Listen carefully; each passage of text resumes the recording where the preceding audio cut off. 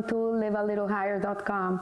We continue learning the book, Duties of the Heart, Hovos HaLevavot, and we're in the gate of self-accounting. And today, Rabbi Bahya says, when a person has come to trust in God and trusting to Him his life, his property, his children, and his every situation, and then his condition changes and the Creator decrees what is not agreeable to him, he should make an accounting with himself as follows. So what he's saying is, imagine that you are a person that follows Torah, follows mitzvot, you serve Hashem in your life, and suddenly life is not going the way you want it to go. It's not going how you thought it should be going, right? You think Hashem owes you, like, okay, I've devoted my life to Him, and look what happens to me, you know? It happens to many people. So many people get disillusioned with living a life of Torah observance because of this. And what Rabbi Bahya, is saying is, it says, suppose a man gave his friend a house or a field as a gift. Imagine you give someone a gift. You give your children a house when they get married, and you decide you're going to give them a house. And you give them this house. And these children that you gave them the house, after a few years decide, we don't fit in this house anymore. We're going to demolish it, and we're going to build a two floor house because we need a bigger space. And it's going to be very different from the house you gave them. It's going to be very different from that condition. So he says, would it be right for the giver to become aggrieved and concerned at the actions of his friend, he says, or his children, vis-a-vis the house or field, and at the changes he wrought in its condition after he had already given it to him as a gift? So yes, it's a question. You give someone a gift, and that person demolishes the gift and decides they don't like the gift, and they're going to do something bigger with it. So are we supposed to get upset? Like, whoa, like, look at this person. And so here, Rabbi Bahya says the same applies to you.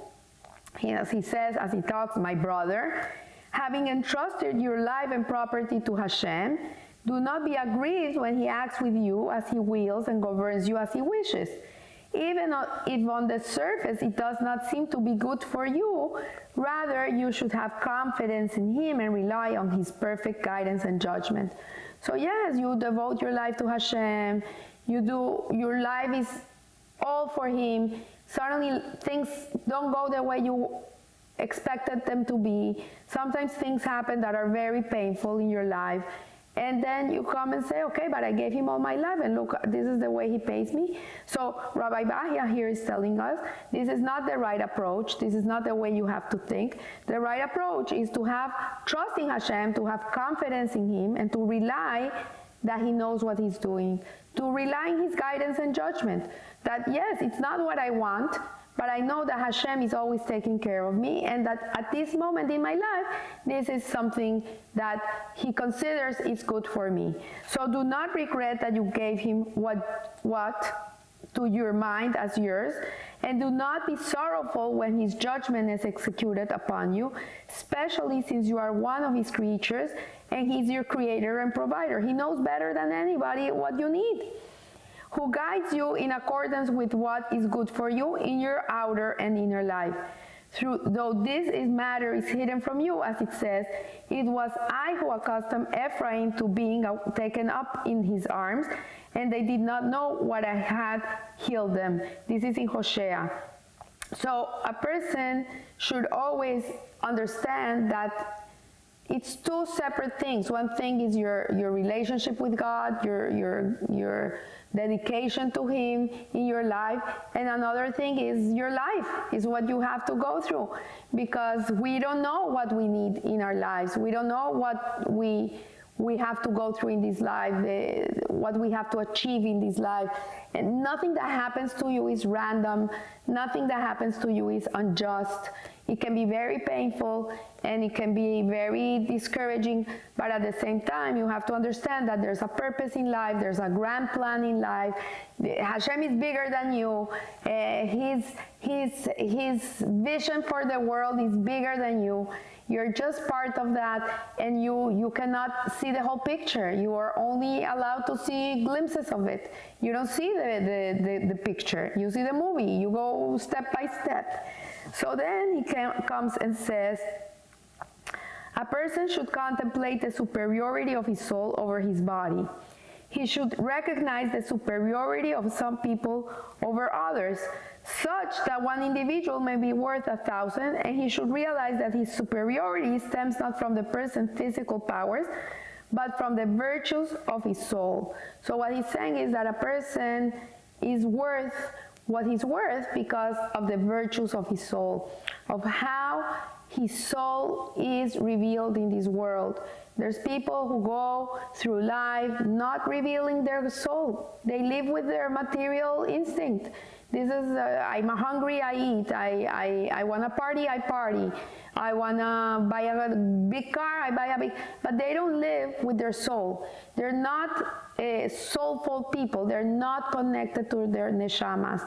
So as King David was told, but now you are worth 10,000 of us. This is in Shmuel. Even if a woman is superior in her physical beauty, its spiritual graces are lacking, then her beauty has no grace, and her charm turns repulsive. As the wise one said, like a ring of gold in the snout of a pig is a beautiful woman who has no sense. This is in Mishle.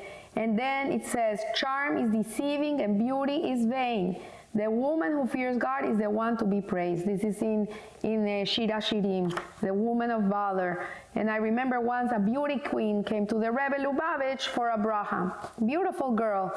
And she came for a blessing. And he said to her, your beauty is not external. Your beauty has to be internal. You have to work that inside beauty that you have within yourself. Your external beauty is only a reflection, should be a reflection of the beauty that you hold within yourself. And he said, charm is deceiving and beauty is vain. The woman who fears God is the one to be praised. Like, be a Yira Shamayim woman.